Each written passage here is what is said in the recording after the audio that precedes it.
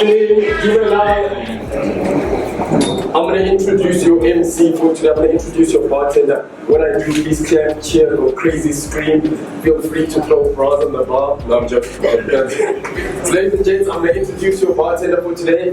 When I introduce you, please clap, please cheer. Let's have a good time. Ladies and gentlemen, all the way from over here, please put your hands together for your bartender, Mr. Mpho Popps, Mudikwade! Ladies and gentlemen, welcome to the Lite Bar. Ladies and gentlemen, the first ever Mind Matters pop-up bar, proudly brought to you by Khanyile, the first of its kind in the world. So tonight, ladies and gents, is all about talking about the stigma around mental health. So just a couple of house rules, something you need to know. It's not your usual house rules about the emergency exits are there. If there's a fire, stay away from people with the weed. It's not those ones. The house rules for tonight are simple. We're all real people here, and we're all going through something. So we're going to use this platform to talk. We're going to use it to open up to people. I want to take this time as well to send a shout out and introduce all our guests that are live streaming from home. Hi there to all of you. Remember, if you want more friends to come on and to watch with you, let them join us on www.94.7.co.za. Like I said, guys, today is all about sharing the heavy and keeping the light. We're going to talk about issues, the sad statistics that surround mental health, especially around men. 40% of men keep their silence about their mental issues. Toxic masculinity, it's things like culture, things like Untitled. We grew up in homes where depression wasn't a thing. Our parents have gone through the most. You know, our parents have gone through apartheid, they've gone through all these struggles. So when now you want to come and say, I'm depressed, how can you be depressed when there's groceries in the house? That's what they would say to us. How can you be depressed when your father has a car with electric windows? That's what they would say to us.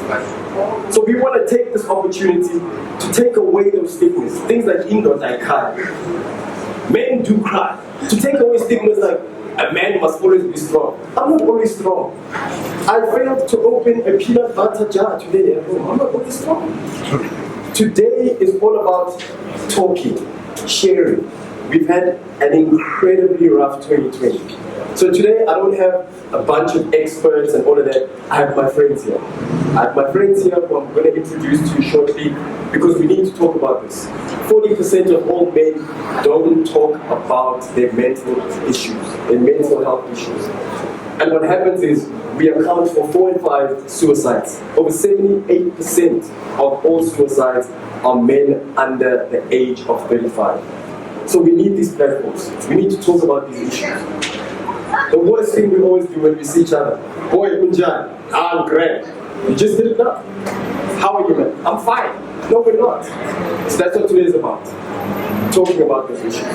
So I'm going to introduce our guests. I'm the bartender today. As you can see, I've been practicing. Because that's who we feel we can open up to. Our barber, our bartender. Slick. See that? Shalini Zah, can you have no more? The shy Zah now. I practiced that.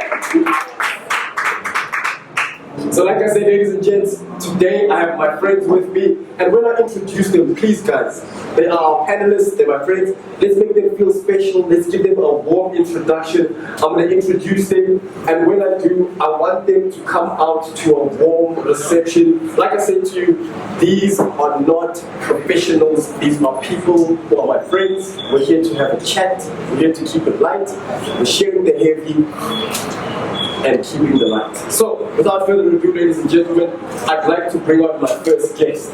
Ladies and gentlemen, this is a style icon, a musician, a producer, a writer, a business tycoon, and a family man. Ladies and gentlemen, a vendor man. A man who's so proud of his vendor heritage that he even has a tattoo of an avocado. Ladies and gentlemen, put your hands together and help me welcome the one, the only, Ricky Ray!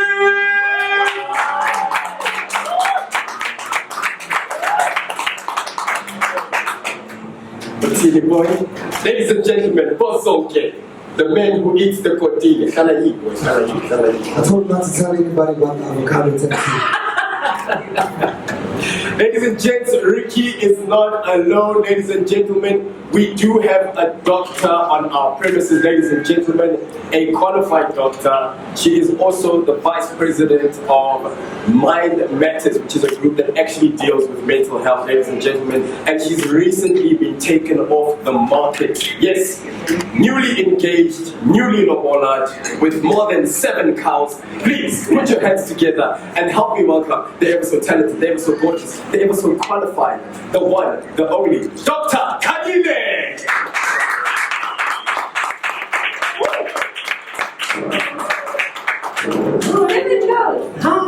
Say more than. I see. All right, ladies and gentlemen, yes, we want to keep things light. We want to make sure everyone is here tonight, ladies and gentlemen. So we thought, let's switch it up. So I made sure I invite all my friends, ladies and gents. As you can hear on the snaps and I just, I went to Mpho Popps schools. So I have friends who are lighter than Dr. Khanyile. Yes, ladies and gentlemen, all the way from his house today, which has Wi-Fi and electricity. It gives me great honor and pleasure to introduce a man who has more than 25 years in the world of comedy, to the point where he is now a lecturer at the Khanyile Business School. Ladies and gentlemen, the award-winning socialite, a man who has more tattoos than Ricky Rick and uses more gel than Dr. Khanyile. Please put your hands together and help me welcome the one, the only, the legendary Mr. John Vlismas!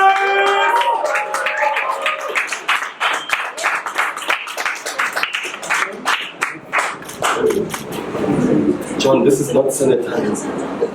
It's not. I'm very tired backstage. There are children watching. Keep drinking, kids.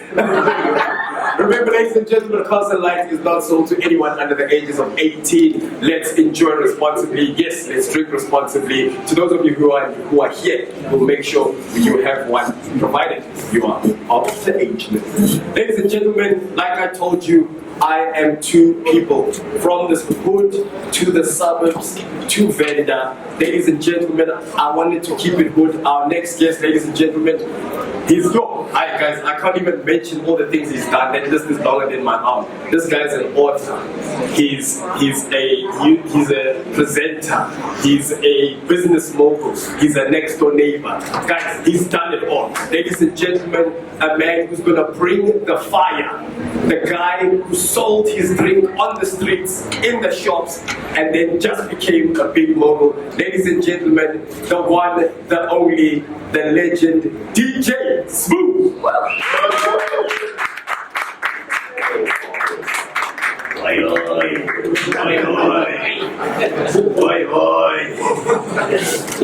So guys, like I said to you, this is just a panel of my friends. The whole idea tonight is just to share the heavy and keep it light. Let's be honest, 2020 has not been the greatest of years. And I think we've all gone through the most mentally.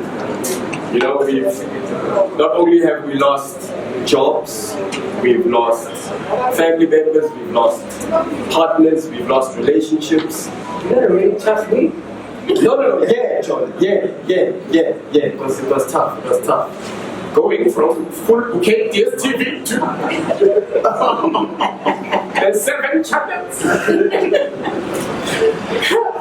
There was a time when I saw DJ Sbu on Piachola like that. No, but it's been a tough year. And I think I for one wasn't prepared for it mentally. You know, as you know, I was touring at the time. I had a lot of shows that I was doing. I was never home, and for the first time, I was forced to sit at home.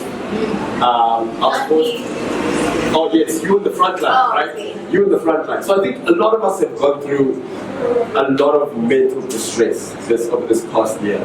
Dr. Khanyile, you in the front lines. What would you see in the front lines?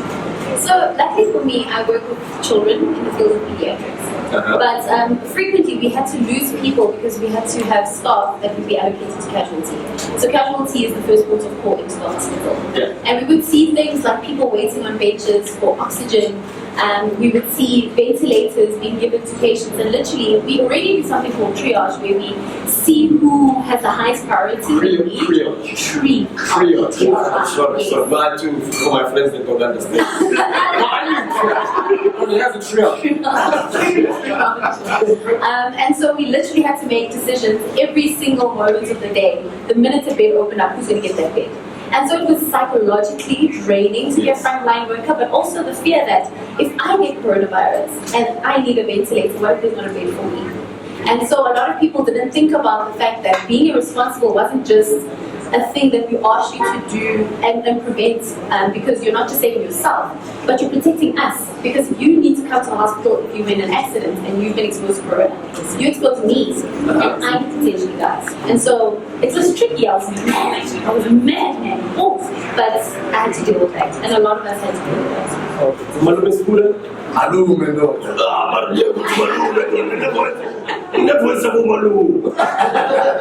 You're the guy, you know, when I think about if as a guy I needed to open up to someone, you'd be like the malu. You know what I mean? So for you, 2020, you had all these plans, you had all these goals. You've had 2020 vision, I think, since 2010. You know, you're the guy who was talking about 2020 10 years ago. So we billionaire by 2010. So we need China and fully closed by 2020. So I wanted to know from you, how has this year been and how has it impacted you mentally? Jeez, man, I think for me this has been a great year for black people. And I do know a lot of people will disagree with me, but I think a lot of us want to know why you say that. We've been needing a reset button for quite some time. Yes. We've been needing a moment where we can think about our future, think about applying ourselves differently. Because a lot of the time we just put in this matrix, wake up in the morning, go to work, weekends, I'm sure cinema, so she got young and heaviness, but the bills, July, September, December, Cape Town, September, and we start another year over and over.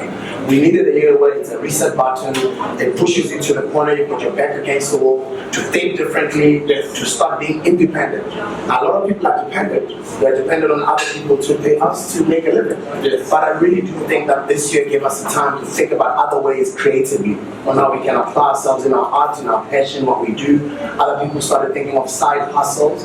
And as you say, I mean, one of my businesses that I started a couple of years ago, Leadership 2020, has always been preaching about 2020 being that year where I kind of believe entrepreneurship would have blown up by the time. Entrepreneurship would be the coolest thing to do at the time. We should all be entrepreneurs, let's have side hustles, etc. But at the time, I kind of felt when I was living and preaching that message, sometimes you know. Yes. But I think I'm starting to see abandoning and doing something with their lives. I guess that's what I'm saying. Finally, it's at the reset button. Was losing is finally. They lost a lot of things. They also lost a lot of income, etc. But I think it was just that year where a lot of people are waking up, and I think it's a beautiful thing because you start again and you go all the way back up. John, do you agree? I think the person you're having about it as well. Do you agree with Sbu? Sbu has a more positive outlook on what this year has been for us? No, I don't have a positive outlook ever. I think you know that about me. I think positivity leads to death in 100% of cases. I think if you look at the stats, people have never been more stressed, depressed.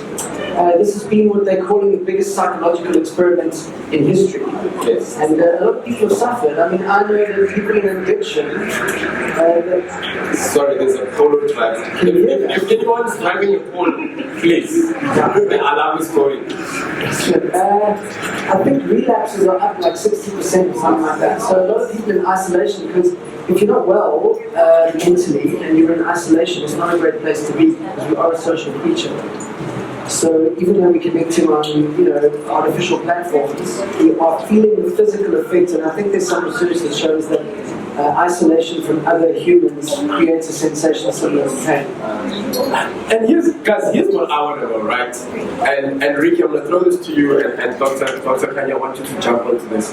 As guys, why do we find it hard to open up to each other? Why do I find it hard to pick up the phone and say to you, yo, Ricky, I'm not doing okay. I'm not okay. I'm going through a dark patch. I'm not coping. Why do we find it as gents hard to sort of open up to each other about the issues that are actually plaguing us in here? Why do you think that? I mean, personally, I can't speak for all gents, because everyone goes through their own thing. But I mean, me personally, the thing I've been looking for my whole life is a good support structure that makes you a bit comfortable to reach out to people, to talk to people when you need to talk to people. I've been on a journey looking for that. I'm 33, and I think I'm almost there, but I'm not fully there in a space where I can 100% give my emotions and my baggage and all my shit over to somebody else.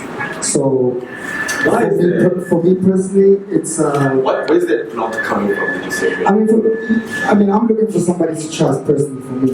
Okay. And because the only person I've ever trusted fully is my partner, which is a woman. I haven't found that man to confide in. I didn't have my dad, I didn't have my older brother, and we were close when we were young, but the more we grew up, we sort of drifted apart emotionally. So I've never had that any relationship with a man where I open up, as much as I do with a woman, So, I think for me it's just looking for that real partner that is not going to switch on you a year from now, or is not going to be trying to kiss your girlfriend behind the bar, or is not going to be trying to steal your position in the rugby team. It's like we've been so competitive with each other, it's hard to open up about serious things after that, Dr. Khanyile, I think this is where I want you to jump in. When it comes to men, like medically, why is it that we have this inability? Like with girls, and correct me if I'm wrong, you guys have the ability to go out. You guys in friends, I'm going through something. You guys go out, you have a chat, open up to each other, you cry, you have a dream, you dance, you have a good time. With us, I won't tell Ricky I'm going through something. I'll just go, hey, boy, I need to see. We'll go out, we'll just party up a store. I wouldn't even tell you what happened that night. We'll just have a wild night and just engage in toxic behavior without me ever opening up to him. Why is it that as men we find it hard to just open up to each other about what's happening here? So it's a very complex topic, and it's got so many levels that you have to go to. And the one I want to start with is the inner child. If you look at psychology, we always talk about the inner child, and this inner child relates to the world. By the age of 7, you already have your personality set. And so this is why father figures are so important, male figures in your family are so important, because the way that you relate to those people will determine how you relate to the rest of the world. And the other problem you find is that when men are absent in your life, the people that then replace those are idols. So you find gang leaders, cool kids at school, celebrities, so no pressure.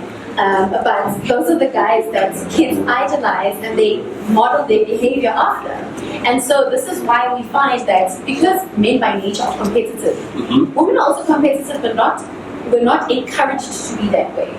Men are encouraged to be competitive. They need to be the provider. They need to be the breadwinner. They need to be strong and just move on. And they're more prone to burnout. So DJ Sbu was speaking about, January, then you move through the year, then you go from 3rd of July, then you move on, and then it goes into December, then you go to, that cycle is a burnout cycle that then resets itself in January every year. And men drive that cycle predominantly. Women tend to really fall into that line because, we can handle, we can deal. But when we also then look at the social aspect of it, we look at toxic masculinity. Yes. And so toxic masculinity is very topical, and a lot of people are looking at where men are expected to show their dominance, and they are unable to express those emotions, and therefore they have to physically show their dominance. That's where you get gender-based violence. That's where you get child abuse. That's where you get men having one of the highest rates of suicide because they can't deal with their issues by talking to other men. Because this man is trying to take my job. This man is trying to take my woman. So how do I show someone who I think can relate to me, but is probably going to take my place in society, that I'm weak? I'm going to give up my game, and he's going to steal that position from me. And I think that's what women, we just say, whenever girls do that, be like, girl, you know, she just trash, she insert word here, but we move on, and we're able to share that with one another in a space that allows for that, because men don't find those avenues. And I want to throw this one to the gents at the end. The pressures of being in the spotlight. Monument DJ Sbu, you were obviously in the limelight before HD TV. But you look at what HD now. It looks like sharp now. It's saving money in your case, I thought it was Shakisa the Dika. I was going to say, hey, I like green soda, man. Sorry for cancel. No, the first time we saw him, he had a black mask and an orange one.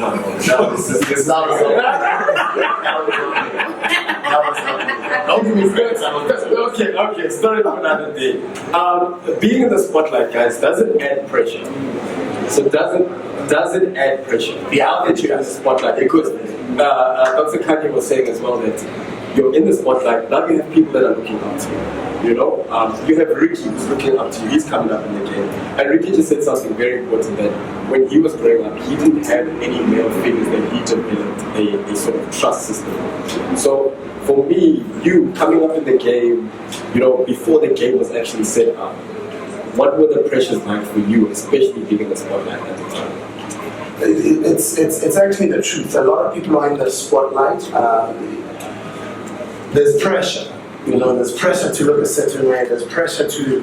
I want to push 6'9", you just a good age. So that's what's on my baby, you know. So you're sort of, and then it becomes a subconscious thing. Just as soon as you're out of your house, there's just a certain way in which you should behave, unless you're in your own personal space, or own tease. Yeah. But then again, it's kind of sort of this bar, for instance, this year. A lot of us musicians lost a lot of revenue, a lot of money, etc. You look at issues like some of our peers who have unfortunately passed on, or some who have dealt with depression, etc. Sometimes it has to do with the fact that njalo sinishwe nabantu. Sometimes you're actually not. Abantu sometimes are not the way we yes. But because consciously you think you know, there is pressure. But then again, I always, and going back to what she was saying, we see Abantwana, they become what they're supposed to become from age 6, 7 already. They're already, you know, what they're supposed to. Time is very important in every child's life. And the boy child as well does need that role, not only just role modeling, but that father figure as well. And just being told not to necessarily compete with other children, but to become the best them they can become. But the society that we're growing up under, I have to be number one on the charts. I have to be the best guy. I have to have better muscles than that guy. I have to wear better clothes. I have to drive a better car. That's the society that you're growing up in. And now when you're in the spotlight, you've got millions of eyes on you. You've got that pressure sometimes. Normally, sometimes you have to get news that's very great. Is tiring, is having talk, but sometimes you don't necessarily like to. But yeah, and do you guys feel like do you guys feel like social media is adding to these pressures? I think it was honestly tougher in it's still your time, but in your time. Yeah, but then you pretend. Yeah. I mean, you know, it was tougher to get through and to be in the spotlight at that time. But I think now people are seeing a whole different pressure. Even if you haven't reached the heights and you haven't done the groundwork that they would have done before they became famous, you're already in the spotlight. You know, you're in the spotlight from high school, from standard 6. If you have a phone, these kids are on TikTok, these kids are on Snapchat, they're on all these apps. So the pressure is starting from a younger age with really nothing that you actually do. You know, so I think it's also a bit it's different now. It's a bit harder for everyone. I think everyone can have issues with fame without actually being famous or without having anything to do. It's a bit. I think it stretches a bit more to everybody now. You know? So that pressure is not really a spotlight pressure or like a fame pressure. It's a social media, it's a device pressure now. That's also, you know, added to the fire. John, do you agree? Do you feel like kids today, people today on social media looking at people's lives and envying what they have and feeling the pressure to get there quicker than they normally do. Yeah, I mean, ultimately we're apes. Like, you know, if you understand science, we're apes, and we love patterns.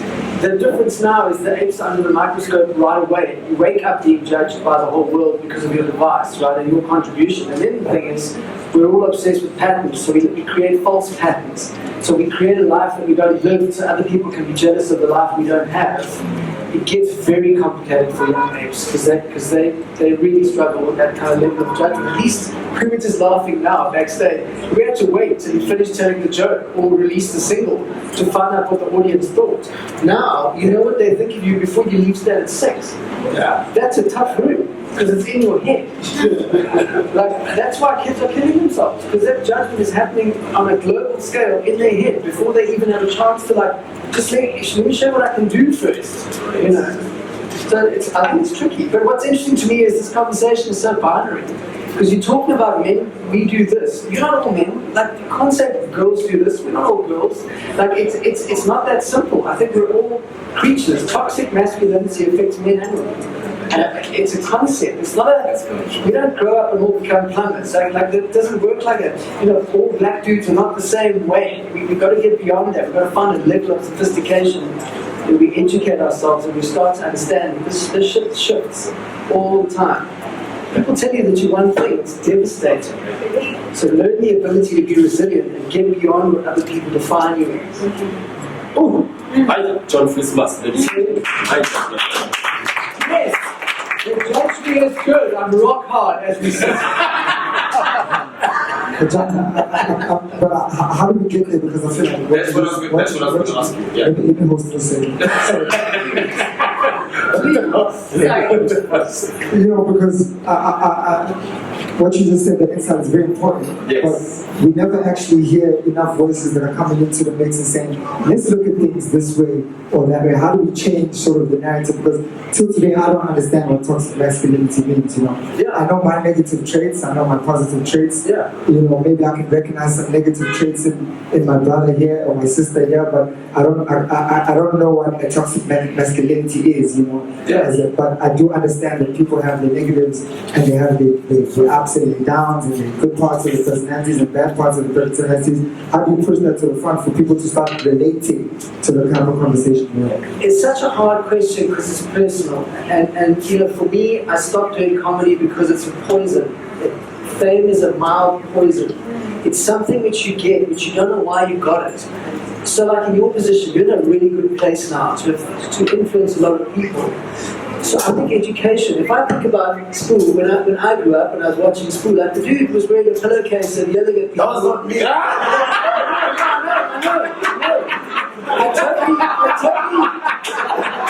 I totally know that about you, right? Because we have, like, you were doing business stuff even then. Yeah. And I knew the level of sophistication in you. And now, when I hear you like talking and articulating thoughts and you're like developing business, you're employing people, like that's such a valuable contribution. Like you're a high definition version of what you were before. So I want to answer your question is, you can do the bare minimum to become famous. Because it could just be a fluke.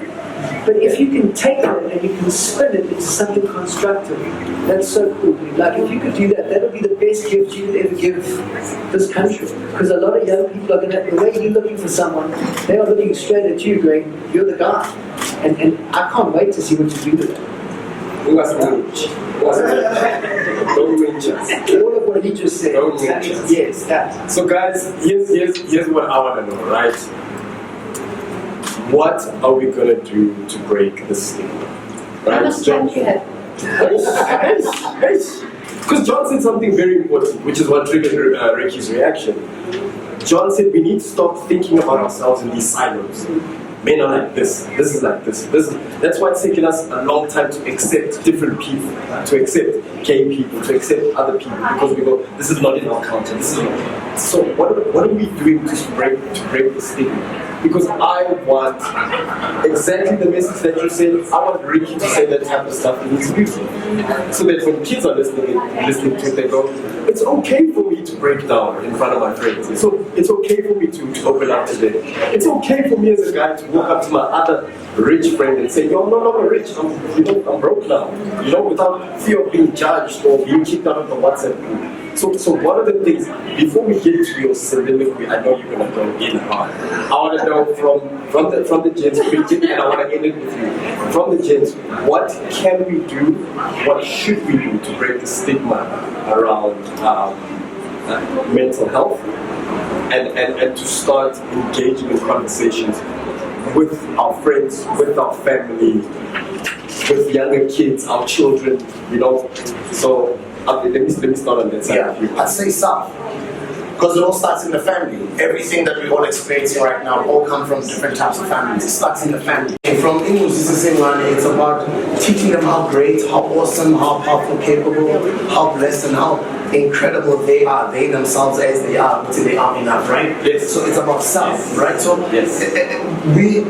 I think somebody was talking about we encourage competitive behavior. Yes, that's how the world has been designed. Sports, whatever you want to talk about, we're all competing. But once kids from an early age, they can know that they're enough as they are, they're incredible as they are. Like all of the different things that we're teaching our children today, those are some of the things I teach my child. My child is confident. My child my child understands how great she is as she is. Yes. I guess because both parents are there to play that role, and I know not every child has got that luxury. And it's sad, but it starts from the home. It starts from us dealing with that boy child, with that girl child, so that when they go out to the world, they do not need any validation from out there. And once they are like that, even the types of relationships that they build, the types of friendships that they build them knowing what is, even if I'm going through this plan not anyone. Yes. But then also coming back to family, both parents, you've got to make a kid, you have to be playing a role in being there as a parent. Because now that, for you to say, especially when you two, people in their time, the child grows up to become somebody different.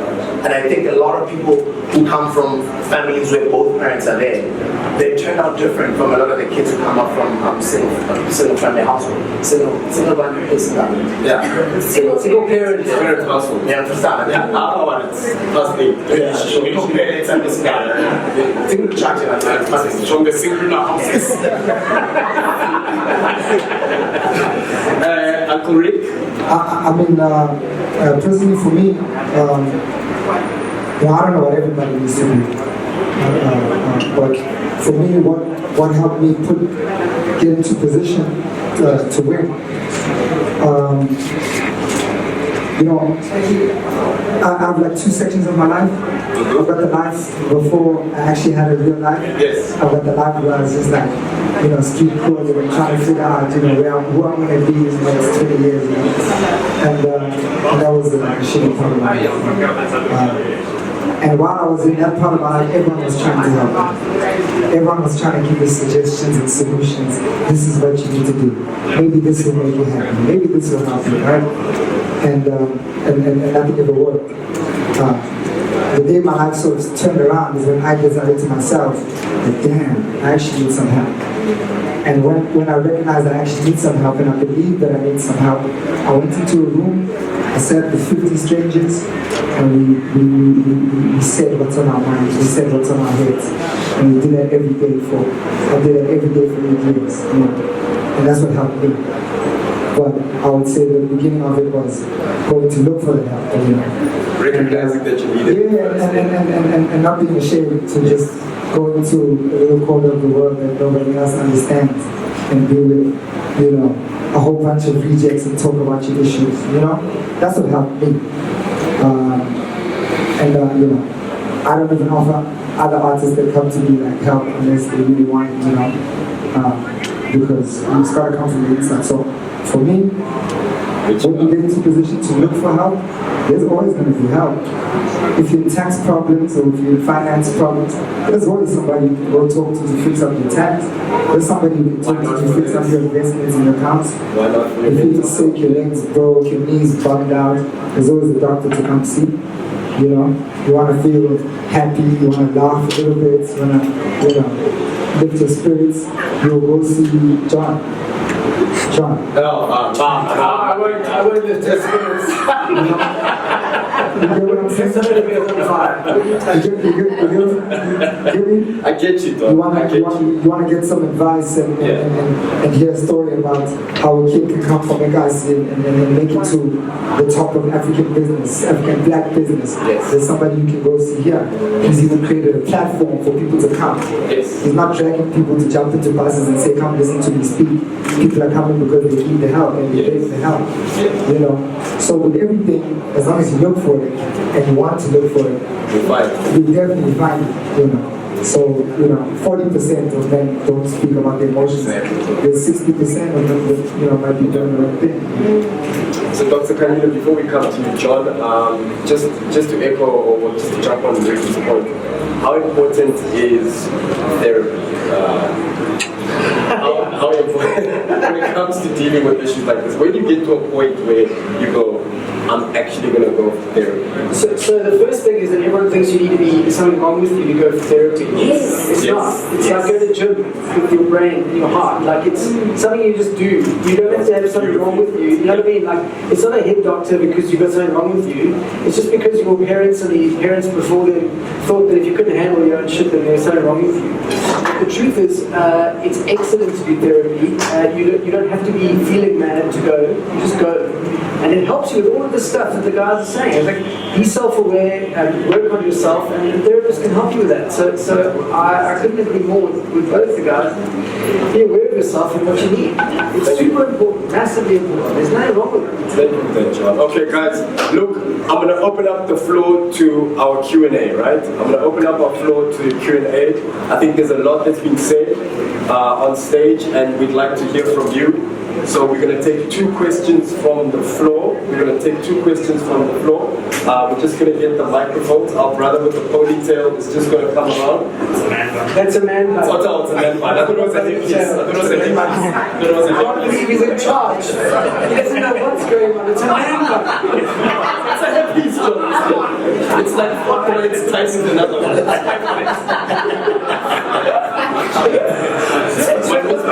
Only on the stage. Come on.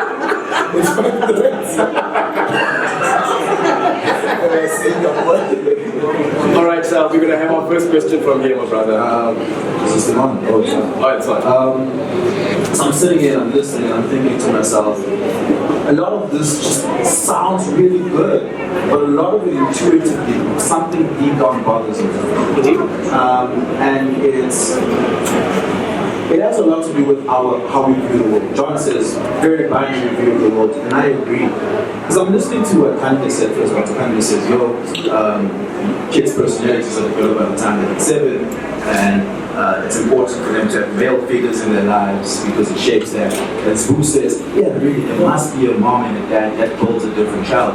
And I'm wondering if that is perhaps not part of the problem, us holding on to that narrative, because it means there is a correct way of doing things, and that anything outside of that is an incorrect way of doing things. And for instance, what if I grew up in a household where I was an adopted kid to 2 lesbian women? Right? I don't have a father. That doesn't mean my family is any less normal or any less structured just because there's no father figure in life. And for me, this is personal, right? Because Ricky has a line where he says, they say I grew up like I didn't have a father. That's because I grew up without a father. That's the line. And when I heard it, I had to reflect on my own relationship with my dad. Because it's a strained relationship. I come from a household of gender-based violence, and that impacted my relationship with my dad. And ironically, last year, the very last comedy show I went to was John's, and it was the weirdest comedy show I ever went to. I can vouch for that. Yeah, because I left there wanting to call my dad, because John spent 40 minutes reflecting on his father's death, like the last couple of minutes of his father living, and he just made jokes about that. And I was like, yo, what if my dad dies and I didn't fix that relationship? And I didn't. So that relationship for me is a very serious one. But I'm left wondering, would I be any less of a complete person just because I didn't have a solid relationship with my father. And I don't think that is the case, and I think we should avoid ourselves from ever saying that, because kids then grow up thinking, yo, I don't have a dad, and these people say dads are important, therefore there must be something wrong with me. And that creates, I guess, some of the self-esteem issues kids just grow up. And I'd like to put Dr. Khanyile to just jump in on that. I think you answered yourself in your question, but I think Dr. Khanyile, please take it away.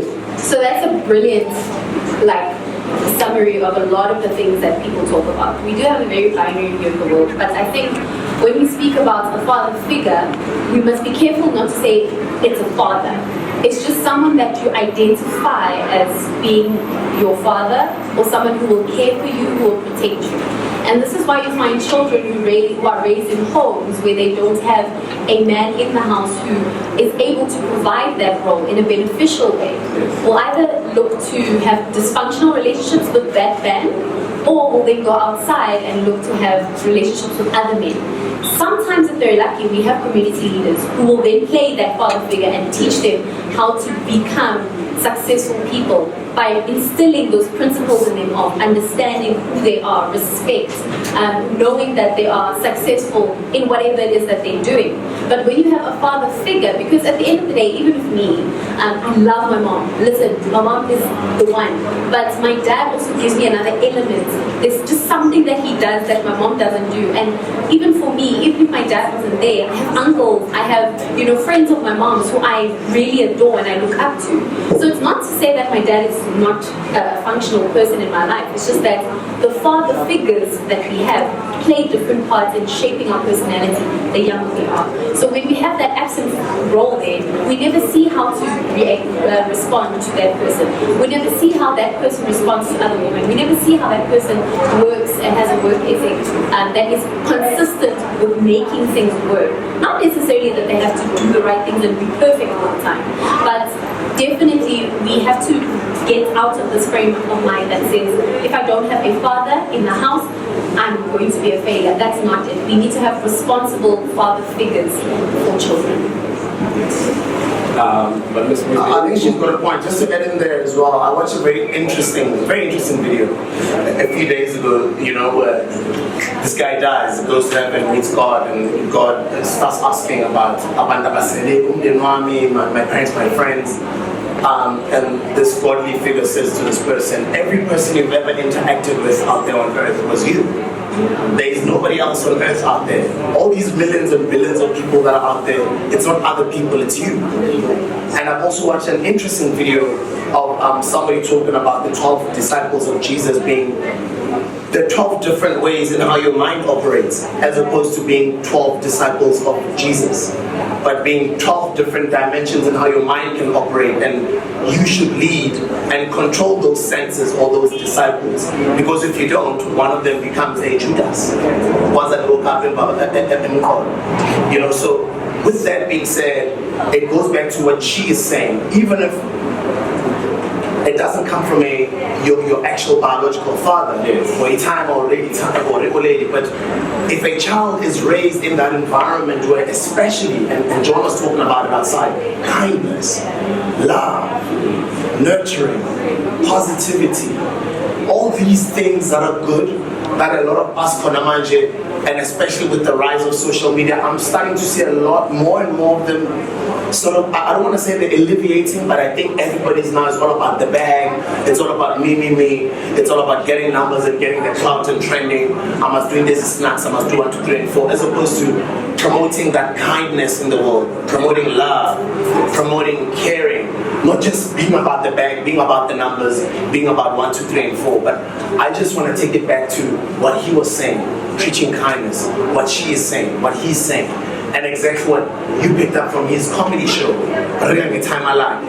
the main thing that he spoke about those last few minutes triggered you.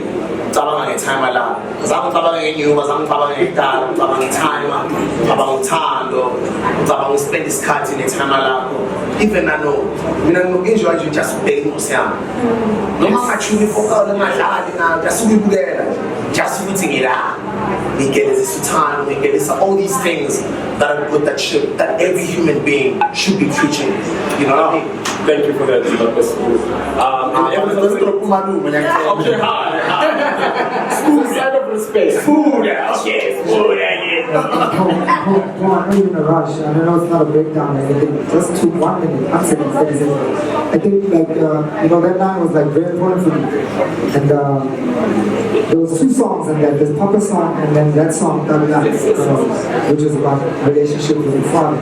But Papa song was the one where I'm crying to my dad about him not being there, and Thug Life was the one where, because it's Thug Life and Machiavelli that are next to each other. So what he was saying is that the person that took over my father's role was Tupac. So if you listen to those songs very closely, it's like it was a double-edged sword that I was in. It was like, okay, my dad is not here to show me the right way. Now I'm gonna follow this guy. I'm gonna try to be like him as much as possible. So I just wanted to touch on that because you mentioned that a little bit earlier.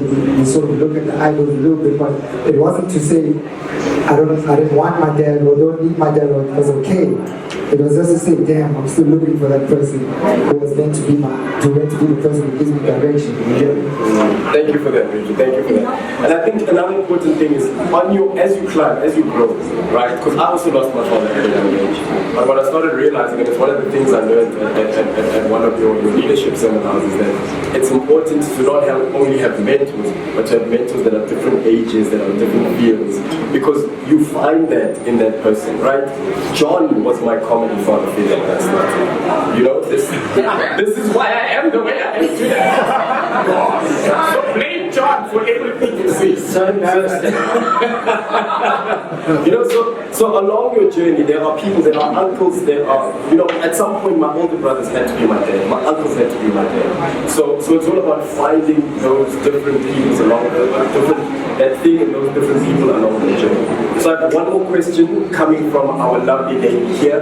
Please take the stage. Okay. You know how a lot of people always aspire for nuclear families, the mom, the dad, the perfect family and everything. My question is very similar to his, but a lot of people who did grow up with a mom and a dad, those environments have also been quite toxic as well. Sure. Where you know that your father is treated a certain way. When you come home, your father is like this, your father doesn't eat this, and basically everybody needs to adjust. needs to adjust to how your dad is or how your mom is, basically. So I just want to know, maybe from Ricky, like, you're a young dad, and from what we see every day, you seem like you're quite involved in your kids' lives. And what is it that you think needs to be done that's a little bit more different, compared to the way we know our scary dads to be, those who grew up in households with moms and dads? I mean, Bianca does way more than I do. First of all, I like to start there. She probably does 70% of the work that I do 10, and then Mikey's sister does the other 20. And I'm very aware of that because I'm not there as much as they are there. But I sort of look at it in music terms. The kids are the artists, and me and Bianca are the producer and the mixer. So we have to make sure that we are just very good at our jobs. That job that you have, that 10% of time that I have with him, I gotta be very good with that 10%. Because I know Bianca's really good at that 70%, and Jordan, his sister, is extremely beautiful with him. And giving something that I can't give him. I might not be able to make that snare hit right on him. Bianca maybe might make the bass come out of him a bit more. So I look at it like that. Everyone's just got to play a really good position within the home. And even if it's 2 women, or if it's 2 dads, or whatever you want to call it, everyone's just got to be really great at that role that they do play. That's how I've had to look at it with Mike, because I'm not there as much as Bianca is. There's a lot of unlearning we've had to do as modern parents, based on how we were raised. Certain things like you don't speak when there's other adults in the house. Certain things like that. And Sbu was saying it just now that sometimes you'll just look at his kid, he'll instill all these things in him, kindness, treat them to be confident. our kids are way more confident than us. Our kids, when I grew up, it was still black and white. Hey, I have black friends, I have white friends. My kid is not like that. She's living in a completely different world. She's growing up differently. She sees the world in a different light. The world that we grew up in is going to be completely new, a different world. I mean, we've had 2020 where literally the world we knew ended. We're now literally living in a new world. So I think it's up to us to redefine our family dynamics. A lot of us are going to have blended families now. A lot of us are going to have families where the brother comes from divorce, or the sister, or the this, or someone is adopted, or people are mixed race in the house, but others are darker, lighter. There's people with man buns that have 4 dreadlocks. It's going to be different. You got it right. Finally. So ladies and gents, I just want to take this time to say thank you to every single one of you for being a part of this conversation. And really what we try to do here is to encourage everyone to talk about issues of mental health, especially men, especially the gents. We want to encourage you to speak, to go seek help, go to see therapy. There's nothing wrong with going to see therapy. I go to therapy. John goes to 8 therapists. Ricky goes to therapy. We all go to therapy. We have life coaches, we have people that we speak to, and we're encouraging everyone to do the same. So in closing, I want to throw to you our lovely Dr. Khanyile. In closing, what do you have to say? Everybody knows what they have to do to get their mental health on board, and I'm going to challenge you now. Yes. Today, pick up the phone and call someone who you've been delaying phoning. Everybody has that person. Yes. You all know who that person is. Yeah. Sometimes it's yourself. Sometimes you just have to sit with yourself, and you have to... What if you don't have 2 phones? I'm talking to myself. Send a voice note. So sometimes you just have to sit and do the work.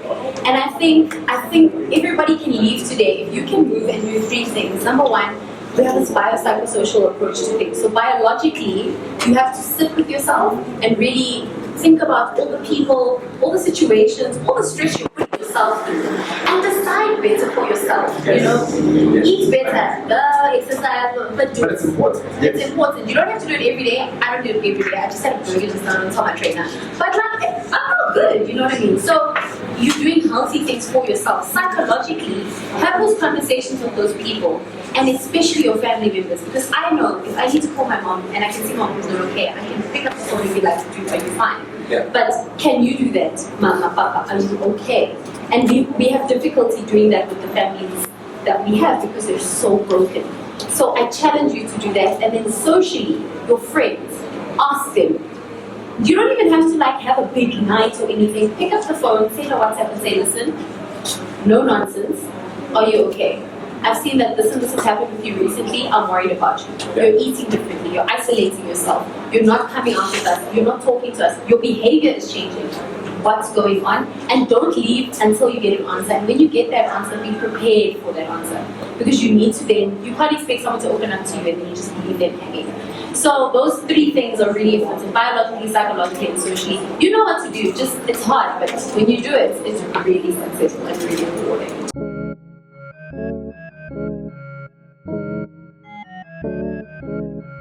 Ladies and gentlemen, boys and girls, on the decks playing out the one, the only, the legendary, rocking a Louis Vuitton bracelet. Please put your hands together all the way from over there. Give it up for